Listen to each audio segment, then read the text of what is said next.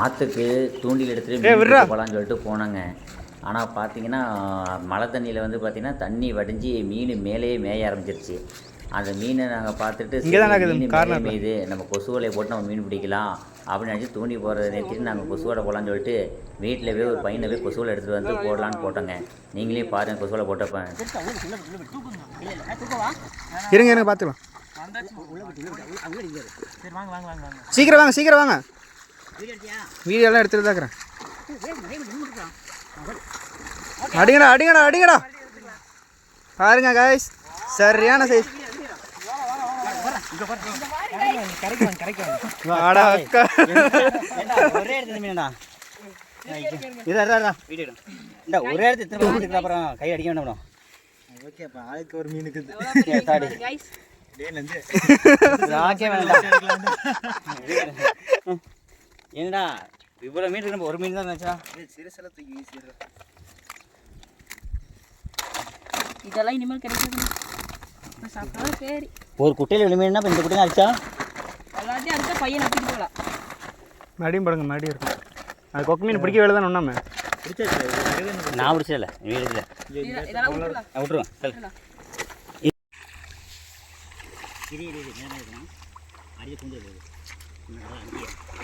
சோமா அப்படியே ஓரமாக கலக்கிட்டே வாடா.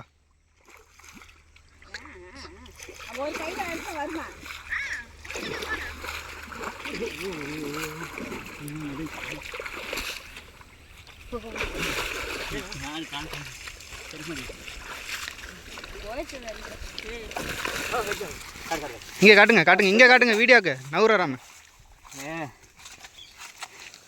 நாள்டா நெக்ஸ்ட் தூக்கி அப்படியே ஆற்றுல வீசிடலாம். ஆமாம், கொஞ்சம் ஆற்றுல வீசிடாம எல்லாமே பற்ற வாய்க்கால் வீசினாலும் ஓடி போயிடும். கொட்டி வந்துடலாம், நண்டுக்குள்ள கொட்டிட்டு வந்துடலாம் போய். நண்டு எதுக்குடா உனக்கு ஏழை? சோமுக்கு எப்படி அதெல்லாம் வேணாம். நண்டு காலுக்கிட்ட இங்கே இங்கே இங்கே இங்கே வலைப்படு. என்ன நீ அப்படி பிடிக்கிற? அடே அதையும் கீழே விட்டான்டா. பிடிச்சாச்சு பிடிச்சாச்சு. எங்கே காட்டுங்க, காட்டுறா. சரிங்களா, பாருங்க எத்தனை இப்போ கொசு வலை போட்டு பிடிச்ச மீனை பாருங்க, எவ்வளோ மீன் பிடிச்சிருக்கோம் அப்படின்னு. எல்லாம் வந்து மழை தண்ணி வடைஞ்சிருச்சு. எல்லாம் மழை தண்ணிக்கு எல்லாம் ஏறி ஏறி குட்டையில் நின்னது. கொசு வலை போட்டு பிடிச்சதால 1 மணி நேரம் வலை போட்டோம். அது கொக்கு மீன் தள்ளி விடுங்க. கொக்கு மீன் மட்டும் மாட்டியிருக்கு. 3 கொக்கி மீன், ஒரு கெண்டை, இன்னொரு மீன் கொக்கு மீன், 6ஆம் மீன் ஒன்று, மற்ற எல்லாம் பாருங்க பட்டா ப்ரெஸ்ஸு. வித்த வித்த வித்த காட்டுறியா? எந்த அங்கே பார்த்தியா எப்படி பல்ட்டி அடிக்குது? இதான் தண்ணி ஓடி ஓடி ஓடி போய் ஆற்று விட்டோம். அதே எடு அதே எடு அதே எடுத்துருங்க. இங்கே பாருங்க, நேற்று பிடிச்ச விரால் மீனை ஃபுல்லாக வந்து உடம்பு ஃபுல்லாக அறுத்து சில்லிக்காக ரெடி பண்ணி வச்சாச்சுங்க. அது மண்டை ஃபுல்லாக குழம்புல போட்டு வச்சாச்சு, விரால் மீன் மண்டையை.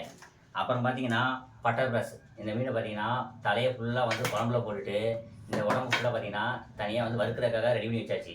அது பார்த்தீங்கன்னா வந்து மசாலா இறங்குறதுக்காக பார்த்தீங்கன்னா எல்லா பாட்டும் வந்து சென்டரில் வந்து அறுத்து விட்ருக்கு. அப்போ தான் மசாலா உள்ளே ஃபுல்லாக இறங்குங்க. இல்லை அப்படின்னா மீன் பார்த்தீங்கன்னா உள்ளே வந்து சப்புன்னு இருக்கும், உப்பு எதுவுமே இறங்காமல் இருக்கும். பார்த்துங்க, நேற்று பிடிச்ச கொக்கு மீன். இந்த கொக்கு மீன் பார்த்தீங்கன்னா இந்த கொக்கு மீனும் நம்ம வந்து வறுக்க போகிறோம். அது பார்த்தீங்கன்னா விரால் சில்லி, பட்டர் ப்ரஸ் வறுவல், கொக்கு மீன் வறுவல். மற்றபடி பார்த்தீங்கன்னா இங்கே இருக்கிற ஜிலேபி மீன் மண்டை, விரால் மீன் மண்டை, கொக்கு மீன் மண்டை, இது எல்லாத்தையும் பார்த்தீங்கன்னா குழம்புக்காக ரெடி பண்ணி வச்சு இதை குழம்பு வச்சிடுறோம். இதை வந்து பார்த்தீங்கன்னா எண்ணெயில் போட்டு சில்லி வறுத்துடுறோம். இதை பார்த்தீங்கன்னா வந்து தோசைகளில் போட்டு வறுத்தா தான் இந்த மீன் டேஸ்ட்டாக இருக்கும். நம்ம சட்டியில் மீன் ஃபுல்லாக போட முடியாது. இது வந்து தோசைகளில் போட்டு அப்படியே வறுத்து இது எப்படியே எடுக்க போகிறோம். எப்படி வறுக்கிறேங்கிறத நான் இப்போ வறுத்துட்டு அதுக்கப்புறம் நான் வீடியோவில் உங்களுக்கு காட்டுறேன்.